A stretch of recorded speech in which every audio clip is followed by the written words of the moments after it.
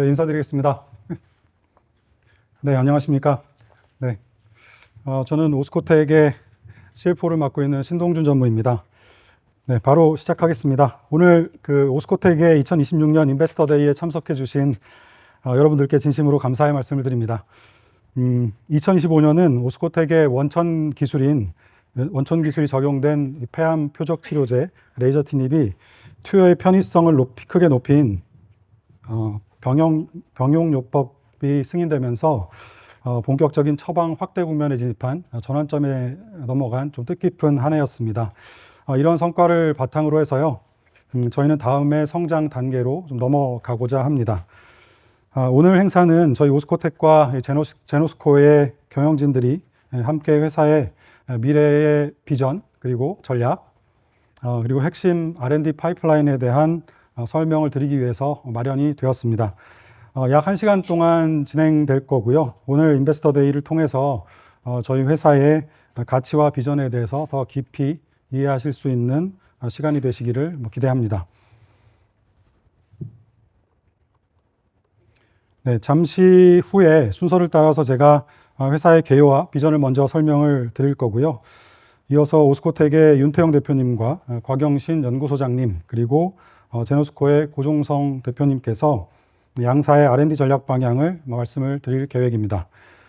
이어서 제가 자본 배분 계획을 간략하게 설명드린 후에 오스코텍의 이상현 대표님께서 거버넌스 개선 방안을 포함한 향후 회사의 운영 방향과 주주 동반 성장 전략을 발표드릴 예정입니다. 발표가 끝난 후에는 질의응답 시간이 준비되어 있습니다. 끝까지 함께 해주시고요. 궁금하신 점은 나중에 편안하게 질문해 주시면 감사하겠습니다. 지금부터 그러면 인베스터 데이를 시작하도록 하겠습니다. 저희 회사의 비전과 현황에 대해서 간략하게 좀 설명을 드리도록 하겠습니다. 현재 페이지를 보시면 오스코텍은 1998년도에 설립이 되었고요. 2007년도에 코스닥에 상장된 바이오텍 1세대 기업입니다. 오스코텍은 한국 판교하고 자회사 제노스코가 있는 미국 보스턴에 연구 거점을 두고 글로벌 혁신 신약 개발을 좀 추진하고 있습니다. 특히 저희 회사는 제노스코와 공동 개발한 폐암 표적 치료제 레이저 티닙이 2024년 미국의 FDA 승인을 획득하면서 국내 최초로 FDA 승인 항암제를 개발한 회사가 되었습니다. 작년 12월에는 그 공동 연구 개발을 진행한 알츠하이머 신약 후보 물질인 아델 Y01이 사노피의 최대 1조 5,300억 원 수준의 계약 규모로 기술 이전이 되었습니다. 이로써 오스코텍은 글로벌 빅파마를 대상으로 해서 2개의 기술 이전 경험을 보유하게 되었는데요. 이러한 성공들을 통해서 저희는 글로벌 신약 개발 역량과 네트워크를 확보를 하였습니다. 이를 바탕으로 다수의 후속 파이프라인들도 현재 개발 중에 있고요. 오늘 그 이야기를 자세하게 좀 드리도록 하겠습니다. 네, 현재 오스코텍과 제노스코는 그 항암제, 그리고 섬유화 질환, 그리고 자가 면역 질환 등에서 다양한 영역에 걸쳐서 혁신 신약 파이프라인을 보유하고 있습니다. 대표적인 특발성 폐섬유증 치료제인 락투 저해제, 그리고 암세포의 내성 획득을 근원에서 차단하는 차세대 내성 항암제들, 그리고 독자적으로 개발 중인 DAC, 그러니까 덱 플랫폼 등이 있습니다. 이런 파이프라인들을 통해서 향후의 난치성 질환에 대해서 새로운 치료의 패러다임을 제시하고자 노력하고 있는 중입니다. 네, 오스코텍의 성장 여정을 간략하게 말씀을 드리도록 하겠습니다. 창립 초기에는 그 신약 개발에 필요한 기반 기술과 연구 인프라를 구축하는 역량을 키워왔습니다. 2014년에는 자체 개발한 카이네이즈 저해제 플랫폼인 제노K 기술을 활용해서 레이저 티닙의 원천 기술을 개발을 했고요. 2015년에는 레이저 티닙을 유한양행에 기술 이전하면서 첫 상업화의 발판을 마련을 했습니다. 이후 유한양행을 통해서 2018년 글로벌 제약사인 얀센에 다시 라이센스 아웃하면서 국제 무대 진출을 가속화했고요. 마침내 2024년에는 국내 항암제 최초의 미국 FDA 승인이라는 결실을 맺었습니다. 네, 이런 성과를 기반으로 해서 2020년에는요, 저희가 알츠하이머 항체 치료제인 아델 Y01의 공동 연구를 개시를 했고요. 2025년에 드디어 사노피의 기술 이전에 성공을 했습니다. 2022년부터는 그 항내성 항암제, 그러니까 암 내성의 근본 원인을 겨냥한 차세대 항내성 항암제 연구에 착수를 했고요. 그보다 앞선 2021년에는 차세대 덱 플랫폼인 제노D 개발을 시작하는 등 연구의 범위를 지속적으로 확장해 왔습니다. 이제 미래의 비전에 대해서 말씀을 드리도록 하겠습니다. 저희는 내성 극복과 안전성 강화를 통해서 차세대 패러다임을 선도하는 온콜로지 기업이 되겠다는 명확한 비전을 가지고 있습니다. 즉, 암 치료 분야에서 약물 내성을 극복하고 치료의 안전성을 높임으로써 새로운 치료 패러다임을 주도하겠다는 의지입니다. 이 비전을 실현하기 위해서 R&D 전략 측면에서 두 가지 핵심 영역에 집중하고 있는데요. 바로 보시는 대로 항내성 항암제와 덱 플랫폼이 되겠습니다. 이 부분을 좀 간단하게 설명을 좀 드리겠습니다. 먼저 항내성 항암제라는 것은 암세포가 치료 도중에 이 내성이 생기는 근본 원인을 차단해서요, 내성 자체가 발생하지 못하도록 만드는 혁신적인 항암 치료 개념입니다. 기존의 항암제들은 치료 초반에 효과가 좋더라도요, 시간이 지나면서 암세포가 약의 내성을 가지면서 약효가 급격하게 떨어지고 종양의 재발로 이어지게 됩니다. 이렇게 재발한 암은 악성이 돼서 치료가 훨씬 더 어려워지는데요. 저희가 개발하고자 하는 이 항내성 항암제는 이 암세포의 내성 발생 자체를 막음으로써 기존 항암 치료의 효과를 지속시키고요, 환자의 생존 기간을 획기적으로 연장할 수 있을 것으로 기대가 됩니다. 다음으로는 오른쪽에 있는 덱 플랫폼입니다. 덱 플랫폼은 디그레이더 안티바디 컨주게이트의 약자입니다. 항체 약물 접합체인 ADC에다가 표적 단백질 분해 기술인 TPD를 접목시킨 차세대 항암 치료 플랫폼입니다. 저희는 이 기존 ADC가 구조적으로 안고 있는 한계를 보완하기 위해서 이 플랫폼을 개발하고 있습니다. 덱 플랫폼에서는 약물이 암세포에서만 활성화되도록 이 3중 안전장치를 갖추고 있습니다. 때문에 이 정상세포에는 약물이 작용하지 않게 되고요, 독성을 최소화하도록 설계가 되었습니다. 이를 통해서 암세포에 대한 강력한 효과는 유지하면서도 환자의 안정성을 크게 강화시킬 수 있었습니다. 이러한 혁신적인 R&D 전략을 뒷받침하는 이 당사의 아래 핵심 역량 및 강점에 대해서 말씀드리도록 하겠습니다. 우선 저희는 레이저 티닙 개발을 통해서 이 글로벌 항암 신약을 상용화한 경험을 가지고 있습니다. 이를 통해서 세계적인 신약 개발 역량과 네트워크를 입증을 했고요. 또한 세계 최초로 이 내성 극복에 특화된 신약 타겟 발굴 플랫폼인 에이카트를 구축해서 차세대 항암제 개발에 활용하고 있습니다. 또한 앞서 언급한 3중 안전장치인 덱 플랫폼도 자체적으로 개발함으로써 이 새로운 모달리티 치료제에서도 도전을 하고 있는 중입니다.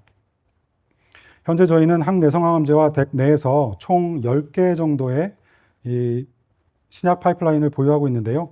이들 상당수는 새로운 기전, 그러니까 퍼스트 인 클래스를 갖는 혁신 신약 후보들입니다. 이처럼 탄탄한 기술력과 파이프라인 포트폴리오, 그리고 판교와 보스턴에서 연구하고 있는 최고의 R&D 인력들은 이 오스코텍의 미래의 성장을 견인할 핵심 동력이라고 보시면 되겠습니다. 네, 이를 바탕으로 오스코텍은 향후에 레이저 티닙을 기반으로 외부의 자금에 의존하지 않고도 R&D를 지속할 수 있는 구조를 갖추어가고 있습니다. 향후에도 1, 2년에 한 건 이상의 라이선싱 아웃을 통해서, 기술 이전을 통해서 재무 구조는 더욱 건전해질 것으로 예상합니다. 네, 이상으로 회사의 개요와 비전에 대한 설명을 간단하게 마쳤고요. 다음은 이어서 오스코텍의 그 오스코텍과 제노스코의 R&D 파이프라인을 이 좌담 형식으로 소개를 해드리겠습니다. 방금 말씀드렸던 큰 방향들이 이 각 파이프라인들에서 어떻게 실행되고 있는지를 함께 확인해 보시도록 하겠습니다. 좌담에 참여하실 분들은 앞으로 착석해 주시기 바랍니다. 이게 안 되는구나. 네, 앉으시죠. 네, 좀 당황스러운 상황이 됐는데요. 저희가 앞을 보고 말씀을 드려야 되는데, 이제 뒤에 화면을 이제 슬쩍슬쩍 보셔도 좋고요. 그리고 뭐 다 알고 계시니까요, 내용을. 천천히 설명을 해주시면 되겠습니다. 지금부터는 오스코텍의 R&D 전략과 파이프라인을 중심으로 그 좌담을 진행하도록 하겠습니다. 오늘 좌담에 함께 하실 분들을 소개해 드릴 텐데요. 먼저 멀리 미국에서 자리해 주신 제노스코의 고종성 대표이사님 소개해 드리겠습니다. 네. 반갑습니다. 저 오라고 해서 그냥 금방 확 왔습니다. 예, 오늘 좋은 얘기 많이 나누시고 좋은 얘기 좀 해드리려고 왔습니다. 감사합니다. 마이크.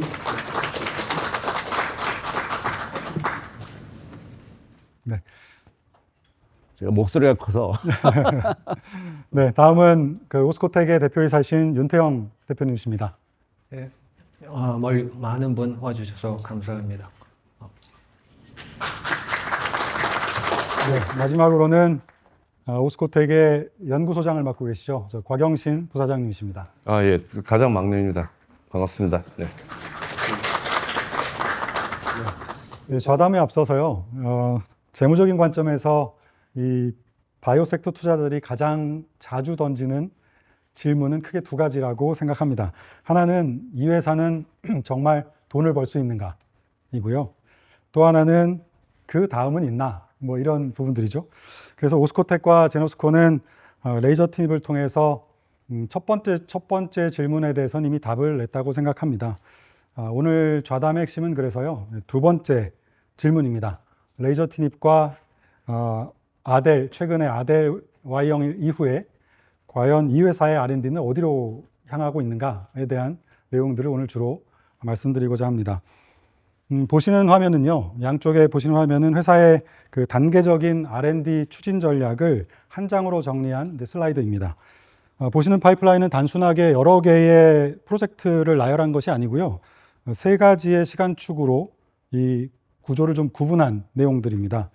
일부 파이프라인은 비교적 빠른 성과를 담당하고 있고요, 일부는 중장기적으로 회사 또는 업계의 판을 흔드는, 바꾸는 역할을 할 것으로 기대를 합니다.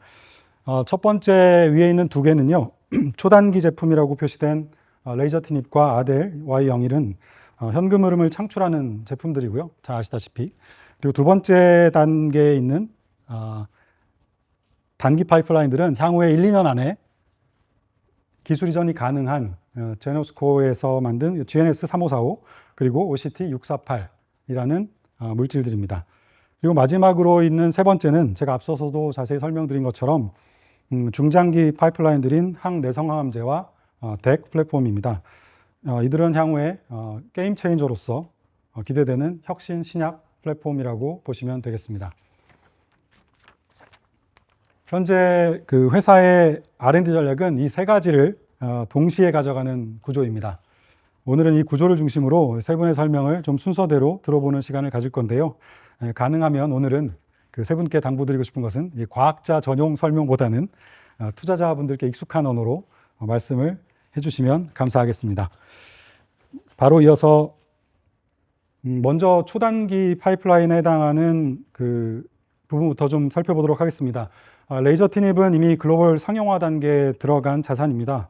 최근에는 특히 SC 제형 승인까지 이어지면서 향후 활용 범위에 대한 기대가 좀 더 커지고 있는데요. 레이저 티닙의 원 개발자이시기도 하시고요. 고종성 대표님께서 현재 시점에서 투자자분들께서 꼭 짚고 가야 할 핵심 포인트를 중심으로 좀 설명을 해주시면 감사하겠습니다. 반갑습니다. 열고 하야죠. 이게 확실히 바다를 건넜더니 반갑습니다. 제 고종성입니다. 이렇게 와줘서 감사하고요. 제가 이 여의도에서 이런 거 레이저 팀 발표하는 건 처음이라서 그것이 알고 싶다라는 스타일로 말씀을 드리겠습니다. 기본적으로 레이저 팀의 병용 투여는 기본의 타그리스 경쟁사보다 40%의 소위 생존율을 높였다.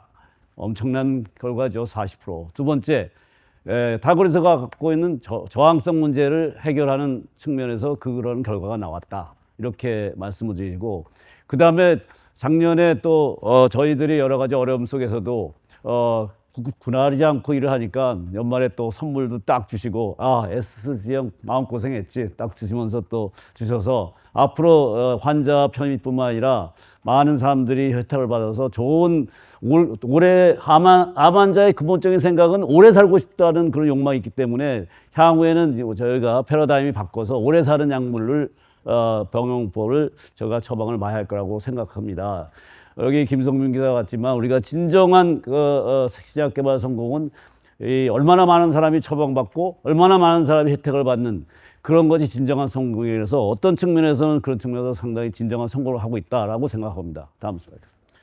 그래서 저희들이 잘 모르는 상황이 있습니다. 이것이 왜 이렇게 좋으냐? 원투 펀치입니다. 그냥 저항성 있는 거 세포 바깥에서 한번 치고 그 다음에 밑에서 치고 그래서 원투 펀치로 하기 때문에 효과가 좋고 중요한 클리니컬 결과는 뭐냐 하면 CMET이라는 그런 오시모티님이 안 듣는 저항성도 해결하고 거의 83%나 줄이고 그 다음에 오시모티님이 생각하는 그 점돌연변이 797S를 93%나 줄이고 결국은 이거를 쓰면은 이 약을 병용을 투여하면은 결국은 4세대가 필요 없는 겁니다. 그래서 4세대는 오시모티님 하신 분이나 이제 드시라고 그러시고 그런 측면에서 상당히 고무적인 결과입니다. 그렇기 때문에 이게 40% 이상의 오버럴 서바이벌이 나오는 겁니다.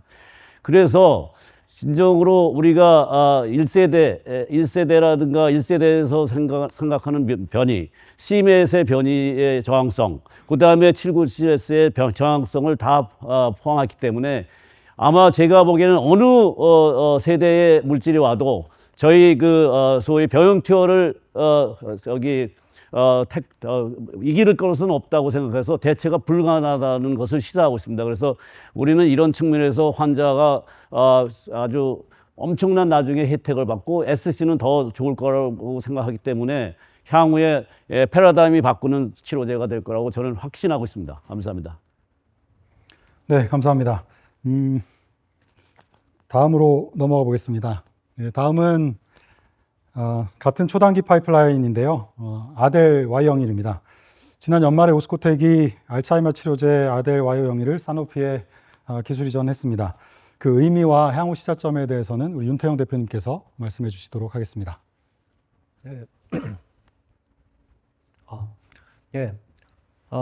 알츠하이머 병은 여러분들 잘 아시겠지만은 앞으로 전 세계 인구 노령화와 더불어 굉장히 중요한 그런 질병입니다. 굉장히 저희 주위에 있는 분들 많은 연로하신 분들이 지금 알츠하이머로 고생하고 있고 환자 본인뿐만 아니라 그 주변에서 가족들 그리고 친지들이 굉장히 알츠하이머 때문에 고생을 합니다. 그런 굉장히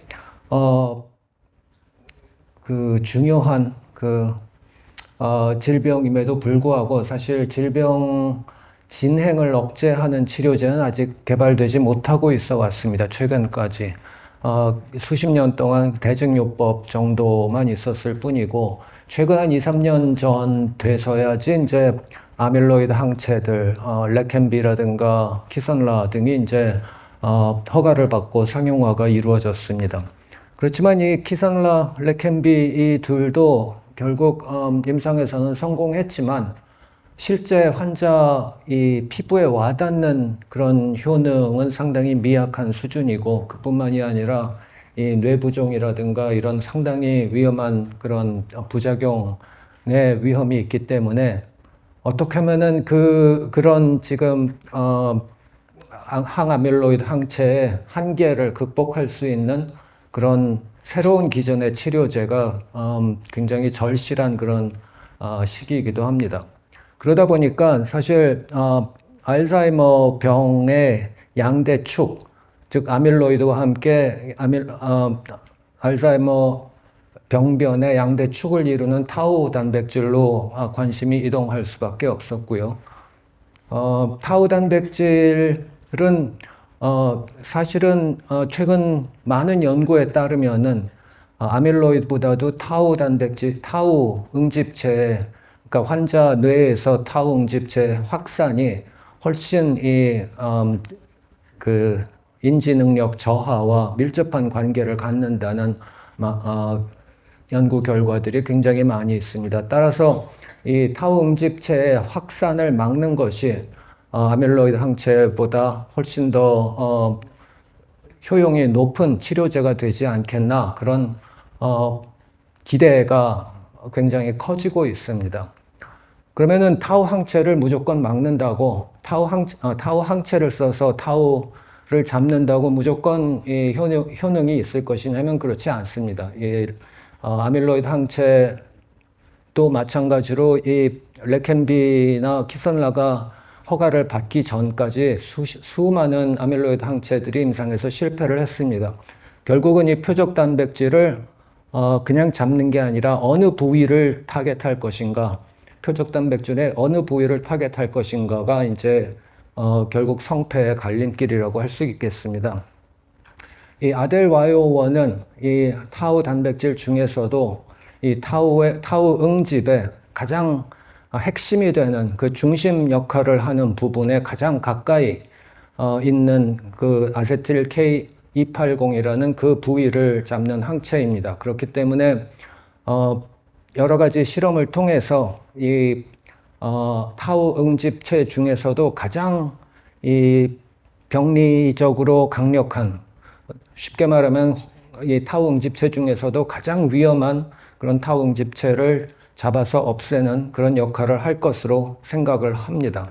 그래서 현재 아직까지 많은 그 타우 항체들이 임상에서 실패를 했고, 현재도 임상을 진행 중인 경쟁 약물들이 있지만은 저희 아델 Y0, Y01이 가장 강력한 효능을 보일 것이라고 믿고 있고, 실제로 실험실에서 비교 실험을 통해서도 이 오른쪽 아래에 있는 그림과 같이 비교 실험을 통해서도 저희 아델 Y01이 가장 강력한 효능을 보임을 실험적으로 증명한 바가 있습니다. 결국 이 아델 Y01은 타우 항체 중에서도 베스트 인 클래스가 될 것이고, 그렇기 때문에 퍼스트 인 클래스가 될 가능성이 가장 높은 그런 약물이라고 믿고 있고, 그 점을 높이 사서 사노피가 기술 이전을 했다고 보시면 될 것 같습니다. 다음. 그러면은 사노피에 의해서 개발된 이 타우 항체가 오스코텍 입장에서 그럼 얼마나 돈을 벌어줄 것이냐 하는 부분인데요. 사실 좀 전에 말씀드린 것처럼 타우 항체는 first in class고, first in class는 라는 얘기는 현재 시장이 없는 그런 계열입니다. 그렇기 때문에 그 시장을 예측하기는 상당히 어려운 일이고요. 그렇지만은 이제 결국은 이 타우 항체들의 임상 결과에 따라서 이게 얼마나 효능이 좋을 것이냐, 얼마나 부작용이 적을 거냐에 따라서 굉장히 가변성이 큰데요. 어찌됐든 그럼에도 불구하고 그 타우 항체 시장을 예측해 봤을 때 2030년 출시를 가정했을 때 2037년 픽세일에서 최소 7, 8조 그리고 최대 40조 이상의 시장을 형성할 것으로 예측이 되고 있습니다. 아델 Y01은 그 중에서 퍼스트 인 클래스이자 베스트 인 클래스 물질로 이 시장의 상당한 부분을 차지할 수 있을 것이라고 저희들은 기대를 걸고 있습니다. 그게 다시 말씀드리자면은 이 아델 Y01은 이 저희 첫 번째 블록버스터인 레이저티닙의 그 로열티 수익이 저물어가는 2030년대 이후까지도 저희 오스코텍의 꾸준한 지속적인 그 매출원이 될 것으로 현재 기대를 하고 있습니다. 네, 말씀 감사합니다. 지금까지는 이제 기술 이전에 성공한 레이저티닙과 아델 Y01에 대해서 살펴봤습니다. 이제 두 번째 축으로 넘어갈 건데요. 두 번째 축인 단기 파이프라인입니다. 먼저 제노스코의 GNS 3545에 대해서 좀 들어볼 건데요. 고 대표님께서 네, 향후 현재 이 GNS 3545는 임상 1상 단계인데도 글로벌 빅파마들한테 관심을 많이 받고 있다고 들었습니다. 그 배경과 현재의 의미 뭐 이런 부분들 좀 설명을 해주시면 좋겠습니다. 이것도 사실 처음에 발표드린 건데요. 다음 슬라이드 가실까요? 자, 이게 우리가 3545가 이제 락토 억제제인데 기본적으로 여러분이 이 폐 섬유가 뭐냐? 우리가 허팝과리라고 그러죠. 폐포가 거기에 산소와 이산화탄소를 공급하면서 우리 생명을 유지하는 거죠. 근데 이걸 못하면 우리가 돌아가시는 겁니다. 그래서 이게 5년 생존율이 30%. 우리가 또 상당히 이제 폐를 많이 했으니까. 근데 이게 굳어지면 결국은 압력 생기고 결국은 이산화탄소 산소 공급 안 되고 그래서 이제 큰 진짜 아주 상당히 아주 못된 병인데 최근까지 연구를 한 걸 보면은 대부분 싱글 타겟 위주로 해왔단 말이죠. RTK, 그다음에 인테그린, LPA, 예를 들어서 브릿지 바이오 옥스텍신. 근데 이거를 보니까 원래 다양한 병이기 때문에 여러 가지 패스웨이가 있어서 생긴 거기 때문에 결국은 이게 키 레귤레이터가 뭐냐, 키 조절자가 뭐냐, 그거를 찾아봤더니 락투가 되는 거예요. 그래서 결국은 문제는 뭐냐, 어떻게 그러냐. 우리가 약은 선택성이 있어서 안전성을 해야 되고, 그 다음에 이런 키 레귤레이터를 해야 되니까 약효가 있어야 되고, 지금 대부분의 물질이 약효가 없어 돌아가셨거든요. 그래서 이게 어려운 프로젝트가 우리가 가끔씩 하던 팀들한테 그럽다. 이게 락앤롤 프로젝트다. 우리 화끈하게 한번 해보자. 그래서 이제 추진하고 있는데 최근에 여러 가지 좋은 데이터가 나왔고 다음 슬라이드 볼까요? 그래서 뭐 시장은 여러분 여기 제스케이드가 얼마 하는지 아세요? 20만 불인다 1년에. 결국은 10,000명이면 2조 아닙니까? 그거보다 더 좋은 거 나오면 30만 불 받아서 10,000명하면 3조죠. 3조죠. 그런 측면에서 상당히 이제 우리가 성공하면 엄청난 그런 레베뉴가 창출할 수 있다 생각하고, 그 다음에 이제 여러 가지 차세대 치료제 중에 두 개가 있는데 적어도 LPA 싱글 하는 거거든요. 그 다음에 적어도 GRA도 인베리언트 NK셀 싱글 하는 거거든요. 과연 저게 성공할까? 저는 심히 우려를 하고 있습니다. 다음 슬라이드. 그래서 저는 이게 기본적으로 이게 아주 패러다임이 완전히 다른 거다.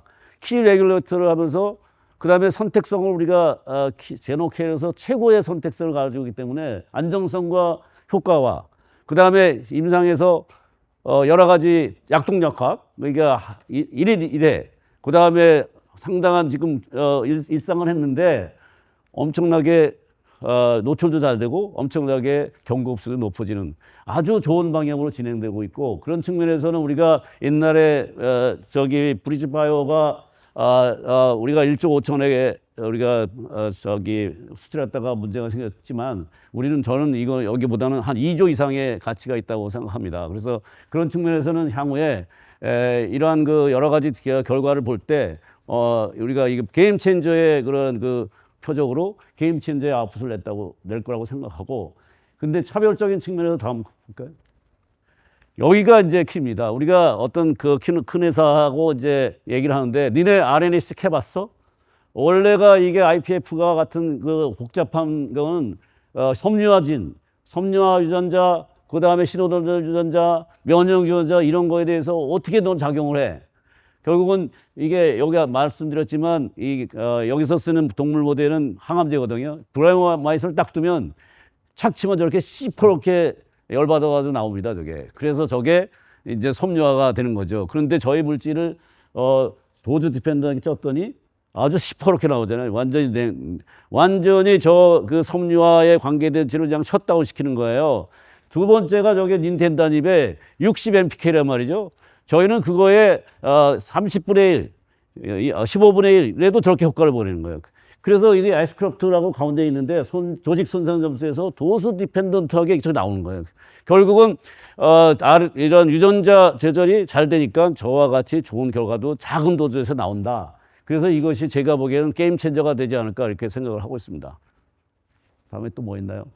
그래서 요게 락2의 향후에 우리가 기대하는 오히려 이것도 폐니까 그다음에 새로운 질병이니까 향후에는 엄청난 우리가 성공의 중추적 역할을 하지 않을까 생각합니다.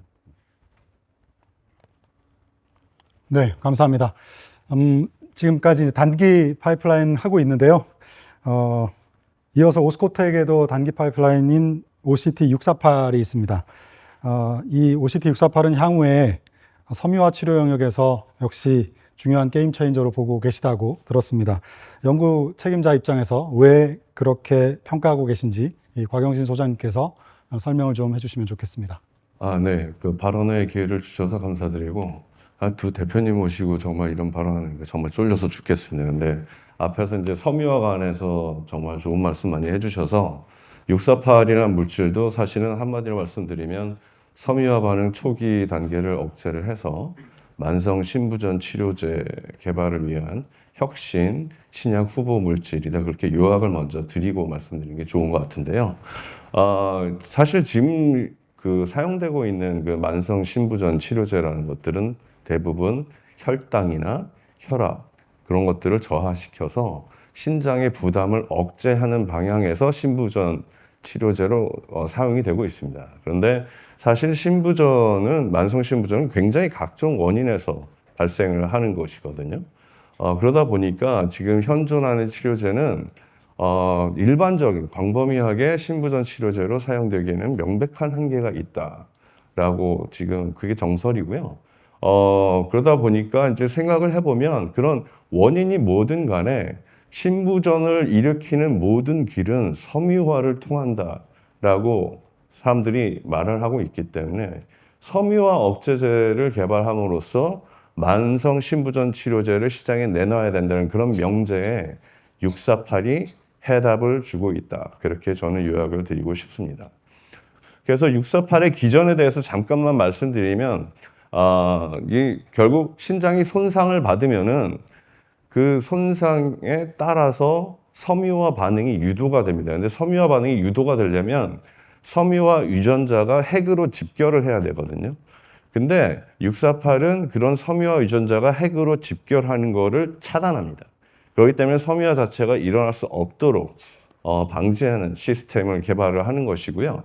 그러다 보니까 저희가 648 물질을 이용을 해서 신장 섬유화 동물 모델에서 적용을 했을 때 648의 용량을 계속해서 높여감에 따라 섬유화 지표가 동물 모델에서 점점 줄어든다. 그러니까 용량 의존적으로. 아까 고 박사님은 도스 디펜던트라고 말씀하셨는데 그게 용량 의존적입니다. 대표는 도스 디펜던트란 말을 사용할 수 있고 연구소장은 용량 의존적이라고 얘기를 해야 됩니다. 자, 그래서 용량 의존적으로 그런 효과를 저희가 입증을 했고, 지금 그 다음 슬라이드 648은 지금 현재 전임상 지금 진입 단계에 있고 내년에 임상 1상에 들어간 걸 목표로 저희가 하고 있고 근데 내년에 라이선싱 아웃을 하는 걸 저희가 또한 목표로 하고 있습니다. 왜냐하면 이 648이 일으키고 있는 이 양리 효과를 뒷받침하는 이 기전에 대해서 오랜 시간 동안 많은 논문들이 발표됐고 그런 진주와 같은 논문들을 이 648이라는 물질을 통해서 진주 먹거리 하나로 만들고 있는 과정이거든요.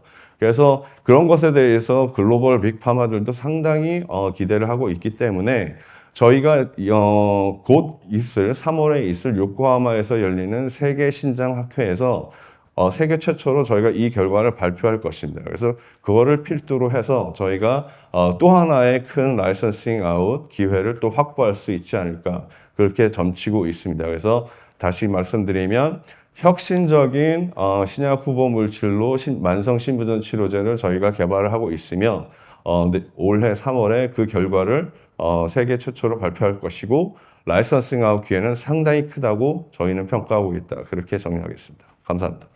네, 고맙습니다. 네, 이제 마지막 축인 중장기 파이프라인으로 넘어가 보겠습니다. 향후 판을 바꿀 수 있을 것으로 기대하는 혁신 신약 플랫폼들인 항내성 항암제와 덱인데요. 먼저 항내성 항암제입니다. 항내성 항암제는 이 개념 자체가 굉장히 생소해서요. 먼저 지금이 왜 지금 항암 분야에서 내성이 가장 중요한 키워드가 되었는지 그리고 오스코텍은 이 문제를 어떤 관점에서 접근하고 계신지를 좀 윤태영 대표님께서 설명해 주시기 바랍니다. 네. 네.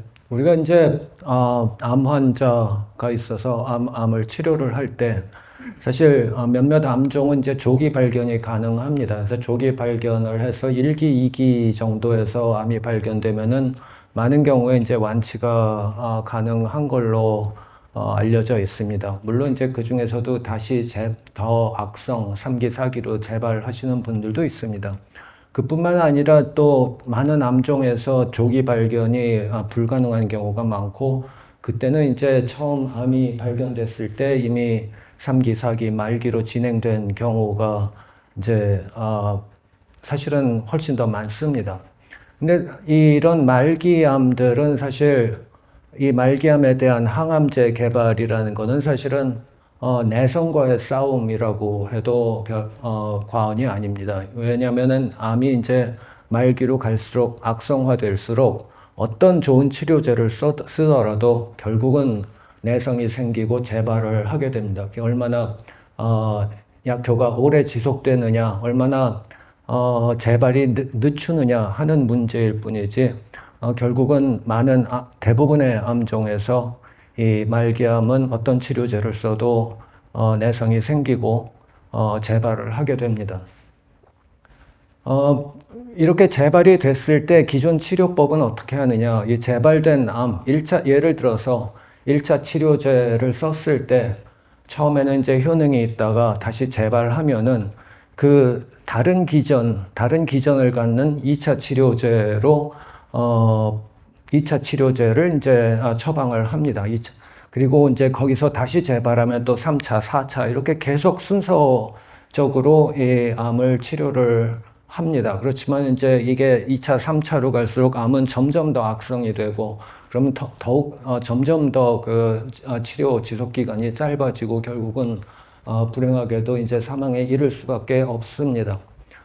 네, 저희들이 추구하고자 하는 방향은 그렇게 이미 내성이 생긴 암을 다시 다른 약으로 그 암을 처리하겠다보다는 이 기존 치료제를 쓸 때, 그 기존 치료제를 쓸 때 병용을 함으로써 그 기존 치료제의 효능 지속 기간을 훨씬 더 연장하겠다.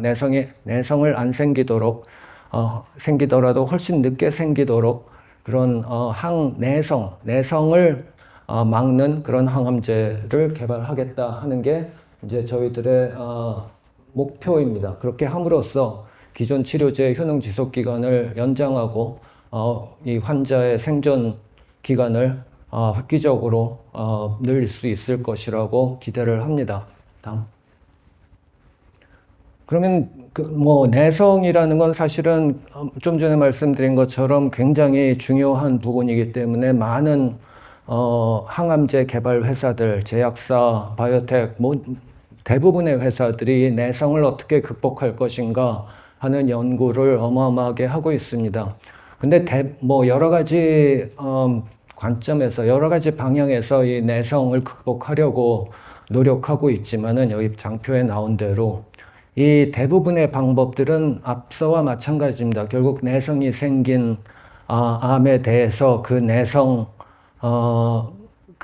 이미 내성이 생긴 암을 어떻게 다시 약에 듣게 만들 것이냐, 그런 관점에서 이 내성 극복에 대한 연구를 진행하고 있습니다. 그것과 달리 저희들의 접근 방법은 사실 이 기존의 1세대 화학항암제, 2세대 표적항암제, 3세대 면역항암제 모두 공통점은 이 암세포를 죽이겠다는, 어떻게 하면 암세포를 잘 죽일 것이냐, 어떻게 하면은 정상세포를 안 건드리고 암세포만 선택적으로 죽일 것이냐 하는데 목표를 맞추고 있습니다.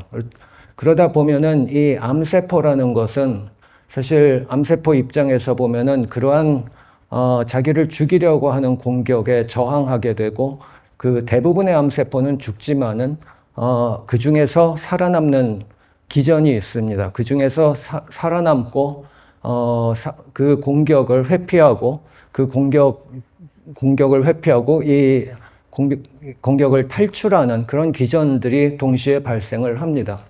저희들은 이 기존 항암제로 암세포를 죽이면서 동시에 그 암세포들이 살아남는 그런 탈출구, 비상구를 함께 봉쇄함으로써 이 내성이 발현되는 것을 막겠다 하는 게 저희들의 이제 접근 방법이고, 이러한 연구들이 사실은 학문적인 연구들은 상당히 진척되고 있지만은 저희 오스코텍은 이러한 기전을 이제 가장 먼저 인더스트리얼라이즈 하는, 그래서 가장 먼저 누구보다도 앞서서 지금 이 항내성 항암제라는 이쪽 이런 분야를 개척해 나가려고 하고 있습니다. 저희들은 이게 워낙에 중요한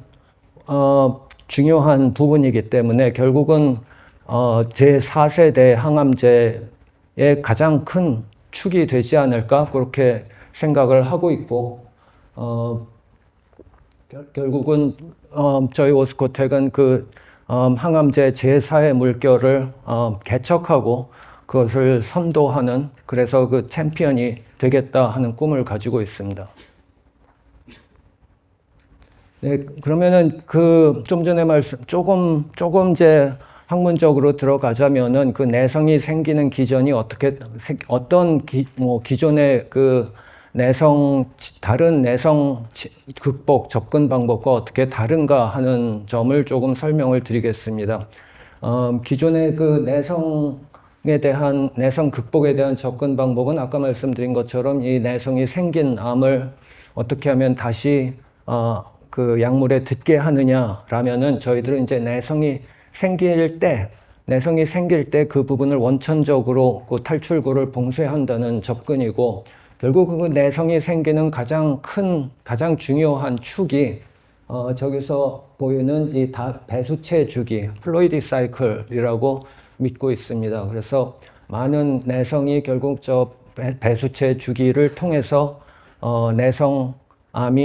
암세포가 생긴다라고 믿고 있습니다. 조금 더 자세히 말씀드리자면은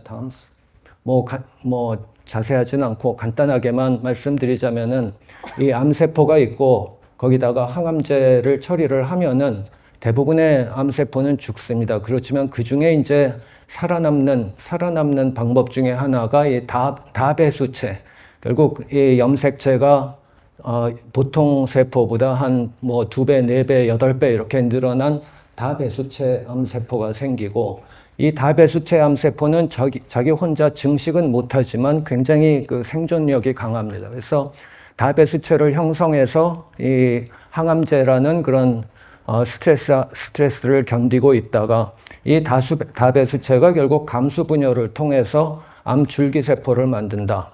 그래서 암줄기세포를 만들어서 그 암줄기세포로부터 그 항암제 현재의 그 환경에 적응한 그런 새로운 내성 항암 세포주들이 만들어진다라는, 이런 간단하게 말씀드리면은 이런 과정을 가설로 놓고 있고, 결국은 암을 근본적으로 치료하기 위해서는 이 앞서서 암세포들을 죽이는 그런 기존 항암제들도 필요하지만은 그 항암제에 반응해서 이 내성을 만드는 그런 이 배수체 주기도 동시에 억제함으로써 이 기존 항암제의 유효성을 훨씬 더 오래 지속시키겠다 하는 게 이제 저희 전략입니다. 네. 말씀대로라면 항암 치료에 상당히 획기적인 그 접근법이 될 것으로 보입니다. 실제로 이 만약 이런 내성 항암제가, 항내성 항암제가 성공적이라면 어떤 성과로 이어질 수 있다고 보시는지요? 예, 사실은 이거 어떻게 보면은 좀 전에 말씀드린 것처럼 이 개념은 아직은 학문적 수준이고, 저희가 이제 처음 이것을 신약 개발에 적용하는, 저희들이 알고 있기로는 세계 최초로 신약 개발에 이 학문적인 그 이론들을 최초로 이제 신약 개발에 적용하는 회사입니다. 그렇기 때문에 이게 어떤 시장을 만들 것이냐, 아까 말씀드린 아델 Y01과 마찬가지로 그 시장 사이즈를 예측하는 것은 이제 거의 불가능하다고 하겠습니다. 그렇지만 그냥 대충 말씀드리자면은 저희는 일단 고용암을 타겟으로 하고 있고 고용암 중에서도 현재 이 PFS, 그러니까 Progression Free Survival, 결국 내성이, 그러니까 재발이 금방 되는, 재발이 빠른 그런 암종들, 1년, 현재 표준요법을 썼을 때 1년, 2년 이내에 재발이 되는 암종들, 그런 암종들이 이제 저희들의 1차 타겟이 될 거라고 생각을 합니다. 그랬을 때 그러한 암종들의 현재 마켓 사이즈는 950억 달러? 그렇게 추정이 됩니다. 물론 저 시장을 저희들이 다 먹을 수 있다, 그런 말씀을 드리는 건 아니고, 저희들이 최초이기 때문에 저 시장에서 상당히 큰 부분을 저희가 가져갈 수 있을 거라고 말씀드릴 수 있습니다. 한 가지 덧붙이자면은 저희들의 이 접근 방법은 어떤 기존 치료제보다 우월해서 기존 치료제를 대체할 수 있다, 이런 식의 접근 방법이 아니라 기존 치료제에 이 병용을 함으로써 그 기존 치료제의 효능을 훨씬 더 오래 지속시킬 수 있다, 이런 접근 방법이기 때문에 그 시장 침투가 훨씬 더 용이하지 않을까, 그렇게 생각을 하고 있습니다. 물론 이제 제가 시장 얘기를 했지만은 저희들 규모에서 상업화까지 저희들이 실제로 허가를 받고 상용화까지 이르지는 못할 것입니다. 당연히 저희들은 이제 기술 이전을 목표로 하고 있습니다. 사실 계속 말씀드리는 것처럼 완전히 새로운 개념이고 새로운 first in class 타겟들이기 때문에 first in class 타겟들은 굉장히 조기 기술 이전이 가능합니다. 그러니까 많은 남들을 따라한 이미 검증이 이루어진 타겟을 가지고 뒤쫓아가는 그런 과제들에 비해서는 first in class 타겟은 충분한 데이터만 뒷받침이 된다면은 임상 개념 증명, 임상 POC 이전, 심지어는 전임상 단계, 임상에 들어가기 전에도 조기 라이센스 아웃이 가능할 것으로 믿고 있습니다. 실제로 저 자신도 이전 동호 ST에 있을 때 머티케이라는 프로그램을 굉장히 조기에 글로벌 제약사인 AbbVie 상당한 규모 라이센싱을 한 경험이 있습니다. 그래서 조기 라이센스 아웃은 충분히 저희는 가능할 것이라고 믿고 있고요. 그리고 다음 슬라이드. 또 한 가지 덧붙이자면은 이 조기 라이센스 아웃이 가능할 뿐만이 아니라 이 first in class asset들은 밸류에이션을 굉장히 높게 받습니다. 그러니까 아무도 안 한 모든 회사들이 최초의 PD-1, 최초의 UGFR 이런 것들을 원하고 있기 때문에 이 first in class 타겟인 경우에는 남들 쫓아가는 fast follower보다 훨씬 큰 밸류의 라이센스 아웃이 가능합니다. 저희들은 2030년까지 이 항내성 항암제 파이프라인에서 최소 2개 정도의, 최소 2개 이상의 조기 라이센스 아웃이 가능할 것이라고 믿고 그것을 목표로 연구를 지속하고 있습니다. 네, 아무래도 개념만으로는 여전히 조금 쉽지 않은, 이해하기 어려운 분야인 것 같습니다. 소장님께 좀 질문드리고 싶은데요. OCT 598 병용 데이터에서는 실제로 이 내성 억제가 장기간 유지되었다는 그 결과가 제시가 되었는데요. 연구 책임자 입장에서 이 데이터가 갖는 의미에 대해서 좀 설명을 좀 해주시면 좋겠습니다. 네, 말씀하셨듯이 윤태영 대표님이 말씀하신 개념을 어느 정도 실질적인 증거로 보여주고 있는 것이 598이라고 생각을 하고요. 598 물질은 보도자료에도 이미 많이 나왔기 때문에 잘 아실 거라고 생각합니다. 오스코텍이 카나푸사로부터 기술을 도입해서 전임상 개발 및 임상 허가, 그 다음에 현재 스코어, 지난달에 첫 환자 투약도 시작된 항내성 항암제입니다. 그래서 이 장표에서 보시면 결국 임상에서도 마찬가지지만 결국 여기 폐암, 그러니까 마우스 폐암 모델에서 백금 약물, 백금 계열 약물 혹은 PD-1 약물 이런 것들을 처리를 하면은 처음에는 완전히 암이 없어지는 것처럼 쭉 저 까만 선을 따라가시면 됩니다. 없어지는 것 같다가 24일 정도 되면은 내성암이 생기면서 확 재발을 합니다. 근데 5981이라는 약물과 같이 병용을 하게 되면 거의 완전 관해 상태로 끝까지 유지가 되는 모습을 봤거든요. 저희가 이런 종류의 결과들을 2번이나 미국 암학회에 발표를 한 바가 있습니다. 이거는 그 중에 하나를 보여드리는 것이고, 그래서 이런 결과를 토대로 저희가 오스코텍에서 내성항암제 플랫폼 기술 개발 등을 많이 하게 됐고요. 많은 과제들도 탄생을 했고, 또 하나의 의미는 이런 그 개념을 바탕으로 해서 저희가 임상 전략을 디자인했고, 그래서 그 임상에서 저희가 예상하는 바대로 항내성 항암제의 어떤 향후 개발의 단초를 제공할 수 있는 결과를 확보를 하기를 기대하고 있습니다. 네, 고맙습니다. 네, 항내성항암제 저한테만 항상 짧은 질문을 주시는 것 같아요. 하나 더 드리겠습니다. 아, 이 항내성항암제 얘기를 듣다 보면 이 개별 파이프라인이라기보다는 플랫폼에 가깝지 않은가, 덱도 마찬가지였겠지만요. 그런 느낌을 좀 받는데요. 투자자 관점에서 이 플랫폼이 오스코텍에 중장기적으로 어떤 전 전략적인 투자자가 역할을, 아닌데요. 투자자 관점에서 역할을 하게 될지를 설명을 좀 주시면 아, 좋겠습니다. 알겠습니다. 일단 그런 느낌을 가지시는 거는 굉장히 좋다고 생각합니다. 좋은 느낌 가지고 계시고요. 그 항내성 항암제를 이렇게 어렵게 생각하실 필요는 전 없을 것 같아요. 그러니까 이제 여러분 그 오락실에서 두더지 잡기 같은 거 옛날에 해보셨는지 모르겠는데 이 망치로 두더지 나왔을 때 꽝 때리면은 다른 곳에서 툭 튀어나오잖아요. 그럼 걔도 또 잡아야 되잖아요. 이게 꽝 쳤는데 다른 데서 튀어나오는 게 내성암이고요. 근데 암에서는, 그러니까 두더지 잡기에서는 같은 망치를 치면 되지만 내성암에서는 이 망치를 썼다 여기 튀어나오면 이거 해서 얘가 죽지 않습니다. 그래서 다른 망치를 또 개발해야 됩니다. 그 다음에 여기서 또 튀어나오면 또 다른 망치를 또 개발해야 됩니다. 그게 암에서 정말 어려운 거고요. 근데 항내성 항암제 오스코텍이 개발을 하려고 하는 것은 한번 처음에 튀어나온 걸 두 망치로 꽝 치면은 다음엔 튀어나오지 않습니다. 그런 걸 개발하는 것이 항내성 항암제고요.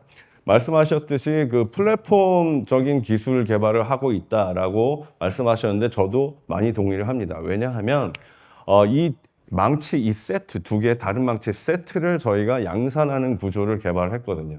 그래서 윤태영 대표님께서 많이 설명을 하셨듯이 이런 내성이 발달하는 그런 과정은 단계별로 설명할 수가 있고 그 단계별로 개입을 함으로써 내성이 발달되는 것을 어떻게 억제하는지를 저희가 패턴 분석을 했고 그거를 측정을 할 수가 있습니다.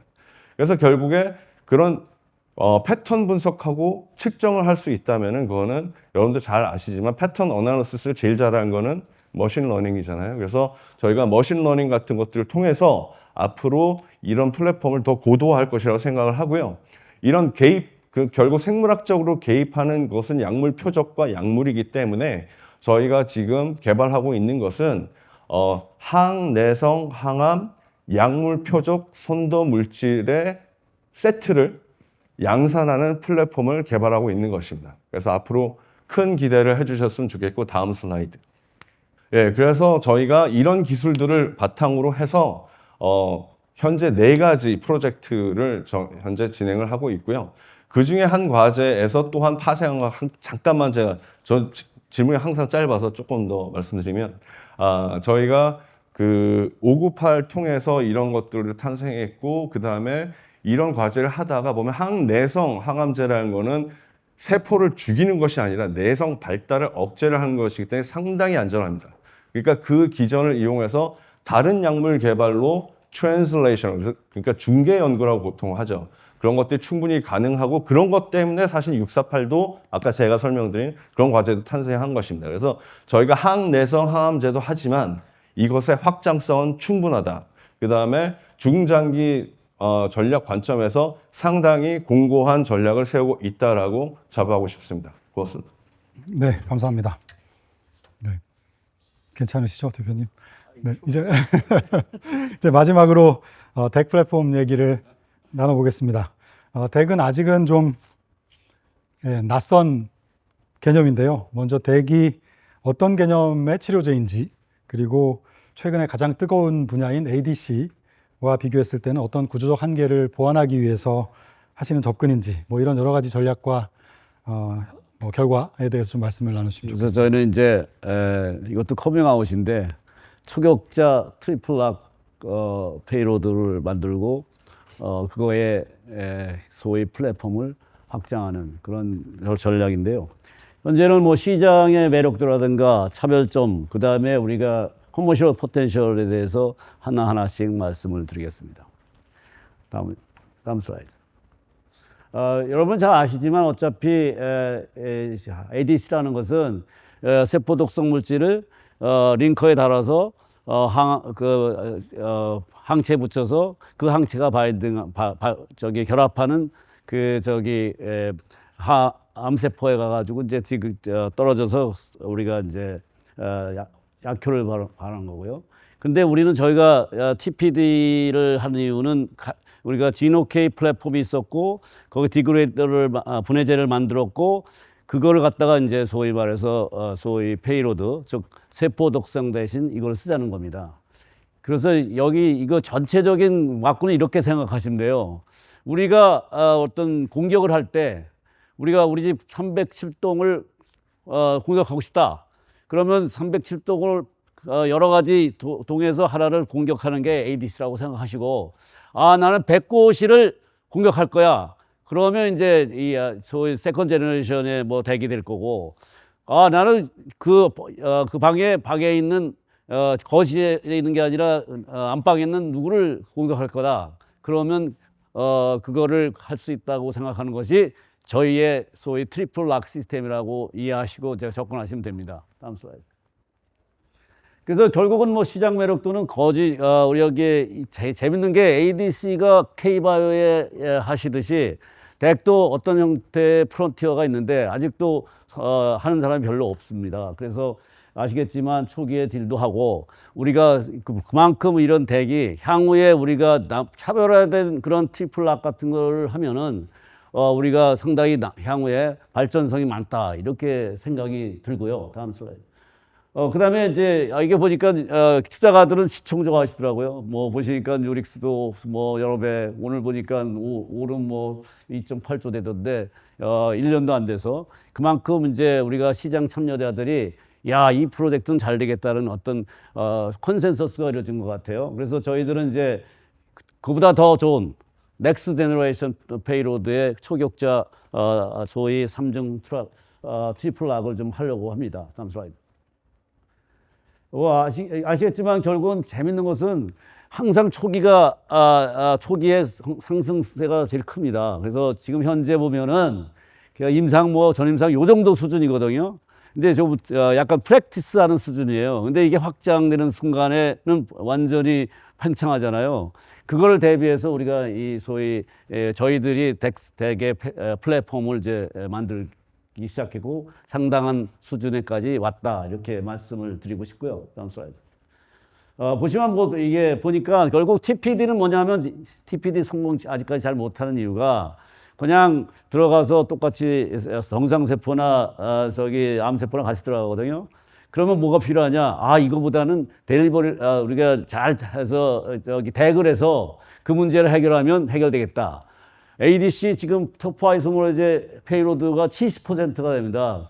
그것이 쓰다 보면 결국은 저항성 생기잖아요. 캔서가 엄청 똑똑합니다. 그런데 하나의 저항성이 생기는 세포가 나오면 생물학은 이게 복제가 가능하기 때문에 살아있는 것만 커지기 때문에 저항성이 생기거든요. 그래서 저것도 우리가 한번 먹어보자. 그래서 그런 측면에서 우리가 두 가지 측면에서 상당히 첫째는 세이프티, 두 번째는 우리가 저항성 이런 똑같은 문제를 해결할 수 있다 이렇게 생각하고요. 다음 슬라이드. 그래서 저희는 이제 이게 기존의 ADC는 세포 독성 물질을 붙여서 표적을 해서 항체가 들어가서 링커가 끊어져서 소위 이제 활성화되는 세포를 죽이는 거건데요. 저희들은 그거보다 한 단계 넣어서 다시 소위 말해서 링커 끊어지는 거 플러스 암세포에서만 생각할 수 있는 안전핀을 뺄 수 있는 그러한 방법으로 저희들이 넥스트 제너레이션 페이로드를 만들고 싶은 겁니다. 그래서 그러면 결국은 여러 가지 ADC가 갖고 있는 기본적인 ADC는 기존의 세포 독성보다 치료계수가 높아지는 거 아니거든요. 왜냐하면 바깥에 90%다 돌아다니니까. 그래서 그러한 소위 뭐랄까 저항성이 그러니까 소위 죄송합니다. 어드버스 이벤트 그러니까 이게 부작용이 없게 하는 것이 제일 중요하고 그 다음에 향후에 안정성이 추가된 효과 좋은 아주 타겟 표적적인 그런 효과를 보는 게 좋아해서 저희가 추구하는 것은 아까 3단계의 그림 TPD를 링커에 붙인 다음에 링커 끊어지고 그 다음에 그거 가지고도 안 돼서 그 캔서의 암세포에 있는 액티베이터를 해서 분해하는 그런 전략을 갖고 저희들이 실천하고 있습니다. 다음 슬라이드. 그러면 어디까지 왔냐? 저희들이 그동안 디그레이더 라이브러리를 특히 우리가 대개 쓸 라이브러리를 구축해 왔습니다. 이게 보시면 그런데 암의 종류별로 다 이제 다양해야 되니까 그래서 빨간 것이 저희들 물질인데 빨간 것과 저쪽에 왼쪽으로 수술 강한 거고 서로 특히 이제 우리가 뭐 갑상선 그다음에 판크레아틱 캔서 그다음에 프로스테이트 캔서 죄송합니다. 이게 갑작스레 프로스테이트 캔서가 한국말에 각자 나와서 그다음에 이제 런 캔서 이게 브레스트 캔서 이렇게 다 우리가 다양한 암족을 꽃감 빼먹듯이 페이로드 쓰는 그러한 플랫폼을 만들고 싶은 거예요. 그 중에 하나서 우리가 고른 게 하나를 오늘 보여드리는 건데, 음성, 이게 참 재밌잖아요. 3중 음성 유방암. 이게. 그래서 빨리 이제, 여기 다 계신 분들도 기자시지만, TNBC라고 이제 앞으로는, 이해하시면 됩니다. 그래서 그런 측면에서, 맨 왼쪽에 있는 오른쪽에 있는 것이 TNBC예요. HER2 마이너스, PR 마이너스의 셀라인에 엄청난 스펙트럼의 효과를 보이니까 이런 것이 페이로드를 우리가 쓰면은 상당히 이제 앞으로 좋은 치료제가 나올 거라고 생각을 하고 있습니다. 그래서 보시면 다 10나노몰짜리 이상의 우리가 넘버가 낮을수록 좋은 거지만 그런 것을 우리가 확보해 놓고 거기에 소위 트리플 락 펑셔널라이즈를 하고 있는 거죠. 다음 슬라이드. 그러면 좀 실제 어떻게 됐냐? 보시면 우리가 전쟁을 할 때는 누굴 먼저 죽여야 됩니까? 그냥 대장을 먼저 죽여야 되죠. 소위 ADC의 대장은 에너트입니다. 2028년 소위 매출이 10조 넘는다는 건데 대장이 문제가 생겼을 때 해결하면 저희들은 대장을 죽였다고 모든 사람들이 우리한테 관심을 많이 가질 겁니다. 그래서 저희는 NO2의 저항성 있는 거, NO2의 페이로드는 뭐냐면 토포 아이소머레이즈 이름이거든요. 토포 아이소머레이즈 이름 하나 가지고 페이로드 하나 가지고 이 NO2가 10조, 그 다음에 또 소위 다토웨이 또 10조 이렇게 합니다. 그래서 저는 이 페이로드를 아주 쌈박하게 만들어 가지고 우리가 이쪽에 생기는 모든 문제를 해결하려고 합니다. 그래서 여기 보시면은 그다음에 또 한 가지 문제하면 제가 정말 이 소위 말해서 여기 오기 전에 우리가 샌안토니오에 가서 그러면 저거를 임상적으로 한 연구장은 누구냐? 그랬더니 우리 옆 동네 MGH에 있는 앨리슨 교수님이 그걸 하고 있더라고요. 그래서 쫓아가가지고 우리가 이 문제가 얼마나 심각하냐? 이거는 향후에 이 대장이 이렇게 문제가 생겨서 할 경우는 이건 엄청난 임팩트가 온다. 그 다음 소장도 그렇고 그 다음에 준장도 다 같이 쓰러지니까 이것이 우리가 해야 될 것이다. 그래서 앞에 있는 토포 아이소머레이즈 쓰는 것서 가운데는 이제 안 들으면 뒤에 오는 것도 페이로드를 안 듣는 거거든요. 이거 엄청나게 쌓이는 거예요. 그러면 우리가 하는 지금 현재 그 중에 하나의 페이로드가 했을 때 우리 GNS 6839가 그런 캐릭터가 있는 건데 저희가 실험을 했더니 레퍼런스 효과가 없고 그 다음에 NO2도 효과가 없고 이거는 이제 우리가 생각하는 소위 플랫폼이 먹기 시작하는 거구나. 그래서 지금의 70% 토포 아이소머레이즈가 생기는 저항성에 대해서 모두 저격이 가능하구나 이런 생각이 드는 거예요. 그래서 그런 측면에서 우리가 실질적으로 이렇게 제가 좀 목소리가 높은 이유는 아주 그런 가능성을 봤기 때문에 그다음에 우리가 아까 말씀한 대로 내 저 집에 가서 저 방에 누구를 죽일 거라는 것이 워킹하기 때문에 저희들이 이제 상당한 그 뭐라 그럴까 임팩트가 있는 일을 하고 있다고 저는 생각합니다. 다음 슬라이드. 그래서 저는 이제 이게 임자 해봤어? 너 뭐 성공해봤어? 이게 중요하잖아요. 워킹했어? 우리가 제노케이를 워킹했단 말이에요. 제노케이 플랫폼을 가지고 아주 선택적인 걸 만들어서 노바티스 못한 거, 파이저를 못한 거, 세상에 우리보다 큰 그 회사가 못한 걸 해냈거든요. 그 다음에 이제 똑같이 프랙티스를 해보니 GNS 3545는 이게 어나더 또 남이 못한 걸 하는 것 같아요. 이런 거 세상에 없거든요. 이 분야에 락2 같은 경우에는. 근데 이 락2는 또 나름대로 나중에 그 소위 말해서 여러 가지 고혈압이라든가 매시 같은 데 어플리커블 하거든요. 세이프하게 된다면 이런 것도 있고 거기에 별도의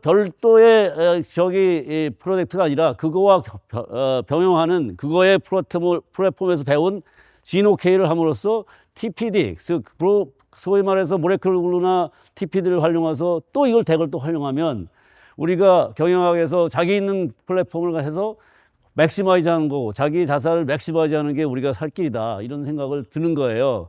그래서 여기서 덧붙여서 사실은 자신감이 생기는 게 우리 두 회사가 와 이거 잠이 못하는 레저 트립도 만들었어요.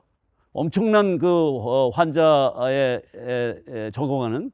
그 다음에 우리나라 환자 제일 많거든요. 이 레저 트립 환자가. 그래서 제약 중고도 찾고 우리나라 알츠하이머 환자가 얼마인지 아세요? 65만. 제주도 인구입니다. 그것도 우리가 우리 팀에서 해놨고. 그러면 이런 회사가 이런 역량이 있는 회사가 힘을 합쳐서 일을 하면 우리가 스케일업 일도 할 수 있고 더 우리가 협력을 해서 하면 가성비 있는 일을 할 수 있고 여기에 글로벌 바이오텍이 안 생기라는 법이 있습니까? 이런 회사를 갖고 있는데 그래서 우리가 앞으로 겸손하게 미래를 위해서 협력해서 한번 제4의 제4호의 우리가 레저팀이나 알츠하이머 치료제를 만들면 저는 이게 오늘 참석하신 분들이 한 10년 후에 나 그 자리에 참석했었어 라고 하는 정도의 우리가 자부심을 갖고 넥스트 우리가 글로벌 바이오텍을 만드실 수 있는데 많은 도움을 주지 않을까 생각합니다. 그래서 여러 가지로 감사합니다. 네, 말씀 감사합니다. 지금까지 일단 뭐 시간이 조금 흘렀는데요. 양사의 R&D 전략과 파이프라인에 대한 방향성을 함께 들었습니다. 열정적으로 설명해 주신 세 분께 감사 말씀을 드리겠습니다. 네, 박수 한번 주시죠. 고맙습니다. 네, 다음 순서로 이어가도록 하겠습니다. 네, 다음 그 순서는 이제 제가 말씀드리겠습니다. R&D 파트는 정리를 해보면 그 단기 성과와 중장기 혁신을 시간의 축으로 나눠서 동시에 추진하겠다라는 구조라고 보시면 되겠습니다. 이제 이러한 전략을 재무적으로 어떻게 뒷받침할 것인지에 대한 자본 배분 계획을 좀 간략하게 말씀을 드리겠습니다. 네, 오스코텍의 자본 배분 원칙은 뭐 명확합니다. 자체 현금 흐름만으로도 이 R&D를 감당하는 구조를 유지하겠다라는 거고요. 또 하나는 R&D 투자를 과거 대비 지난 3개년에 대비해서 평균 대비해서 2배 이상으로 확대하겠다라는 부분입니다. 한마디로 이제 오스코텍은 그 연구만 하는 바이오텍이 아니라 돈을 벌면서 성장하는 바이오텍으로 넘어가고 있는 중입니다. 과거에는 이 연구개발 투자 과정에서 유상증자가 반복되면서 이 주주 가치가 희석된 측면들이 있었습니다만 앞으로는 그 레이저 티닙이라든가 뭐 아델 Y01이라든가 이런 물질들의 안정적인 현금 그 흐름하고요. 그리고 앞서서도 뭐 1, 2년에 하나씩 기술 이전을 해주시겠다고 약속을 해주셨기 때문에 이런 파이프라인들의 기술 이전 수익을 통해서 이 추가적인 유상증자 없이 이 R&D를 지속할 수 있는 구조를 만들어 가고자 합니다. 다음 페이지는 좀 아쉬운 것은 이제 숫자를 제가 다 결국 뺐는데요. 여러 가지 규제가 있어서 참 좀 두루뭉실하지만 말씀을 드리도록 하겠습니다. 2026년부터 2028년까지 한 3개년 동안의 누적 현금 흐름을 양사를 합산한 기준으로 정리한 슬라이드인데요. 2025년 말 현금을 출발점으로 해서 향후 3년 동안의 경상 기술료 그리고 기술 이전의 수익을 더해서 이 총 가용할 수 있는 현금이 있고요. 이 현금 가운데에서 이렇게 수익이 나는 부분들은 전체 지금 현금의 한 3배 이상 가능할 것으로 예상을 합니다. 이 자금을 가지고 R&D 투자를 감당을 할 거고요. R&D의 판관비를 제외하고도 충분히 우리가 그 R&D 투자를 과거 대비 2배 이상으로 늘려서 재무적으로 지속 가능한 구조로, 자립 가능한 구조로 자본 관리를 해 나갈 예정입니다. 이 부분은 레이저 티닙의 추정을 굉장히 보수적으로 지금 현재 시장의 컨센서스보다도 훨씬 더 뭐 30% 이상 디스카운트한 보수적인 추정치를 베이스로 한 거고요. 여기에다가 레이저 티닙의 처방이 좀 더 확대되거나 추가적인 기술 이전의 이벤트가 발생을 하게 되면 현금 유입이 더 늘어나겠죠. 그래서 기본 구조는 보수적으로 가져가면서 업사이드는 그 발생하는 만큼 R&D 투자 여력을 더 늘릴 수 있는 그런 구조라고 보시면 되겠습니다. 신규 파이프라인을 도입하거나 혹은 오픈 이노베이션을 할 수 있는 금액들도 현재 저희가 R&D를 투자하는 이 규모 중에서 한 10에서 15% 정도는 그 부분에 할애해서 또 밖에 저희가 하지 못하는 부분을 사오는 데에도 또 공동 연구 개발하는 데에도 저희가 투자를 해서 진행을 할 계획입니다. 네, 정리하면 오스코텍의 자본 배분은 유상증자 중심의 과거 사이클을 좀 끊어내려고 하고 있고요. 자체 현금 흐름을 바탕으로 해서 3개년 동안의 R&D 투자를 과거 대비 2배 이상 늘리겠다고 말씀을 드리고 싶습니다. 주주환원 역시도 물론 그 자본의 효율적인 활용 측면에서 가장 중요하게 늘 검토하고 있는 부분이긴 합니다만 현재 단계에서는 R&D의 경쟁력 강화가 가장 확실한 주주 가치 제고 방법이라고 저희는 지금 판단을 하고 있습니다. 그래서 이 원칙 하에서 장기적으로도 안정적인 수익 기반과 그 지속적인 기술 이전 성과를 만들어 가도록 하겠습니다. 네, 이 정도로 자본 배분 계획은 좀 간단하게 말씀을 드리고요. 다음으로는 저희 이상현 대표이사님께서 거버넌스 개선 방안을 포함한 그 향후 회사의 운영 방향 그리고 주주 동반 성장 전략을 발표드리도록 하겠습니다. 예, 안녕하십니까. 관리 부분 대표를 맡고 있는 이상현입니다. 그 앞서서 이제 오스코텍과 제네스코의 연구 전략 그리고 방향들을 이제 설명을 좀 들으셨고요. 그다음에 앞으로 이제 이 상황에서 어떻게 회사가 운영될지에 대한 부분을 좀 말씀을 드리도록 그렇게 하겠습니다. 시간이 많이 경과해서 일단은 이 장표를 보시면서 간략하게 좀 말씀을 드리도록 하겠습니다. 일단은 저희가 그 작년에 제네스코 상장이 안 된 이유로 많은 고민들을 해봤죠. 앞으로 회사를 어떻게 뿌려가야 되고 R&D를 어떻게 해드릴 것이냐 이런 부분들 많이 했고 그래서 이제 저희가 얻은 결론들은 이제 다음 말씀드려서 앞으로 이제 양사의 연구 전문성은 유지하고 운영은 통합하는 듀얼 허브 모델을 구축할 예정입니다. 그리고 또 이제 연구 인력도 많이 강화해서 이제 강화하고 그다음에 글로벌 KOL 네트워크를 좀 활용해서 상업화 역량을 갖춘 회사로 지향할 예정입니다. 예, 물론 이제는 미국과 한국의 회사 두 군데 떨어져 있지만 일단 양사는 이제 강점 있는 연구들은 별도로 다 수행을 하게 됩니다. 아까 앞서 말씀드린 것처럼 오스코텍은 항내성 항암제를 그리고 제네스코는 백 개발을 진행하되 일부 임상, 전략, BD를 포함한 글로벌 네트워크는 양사가 통합 수행할 예정이고요. 그다음에 R&D 전문성과 효율성은 이제 극대화할 예정입니다.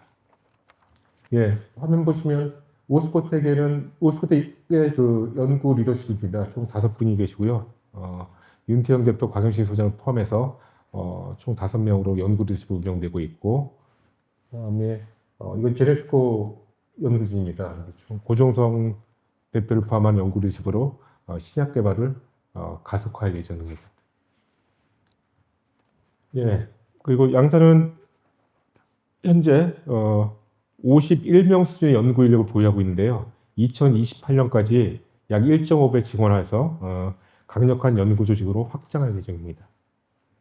아울러서 글로벌 바이오 클러스터인 미국 보스턴 혁신세계를 활용해서요.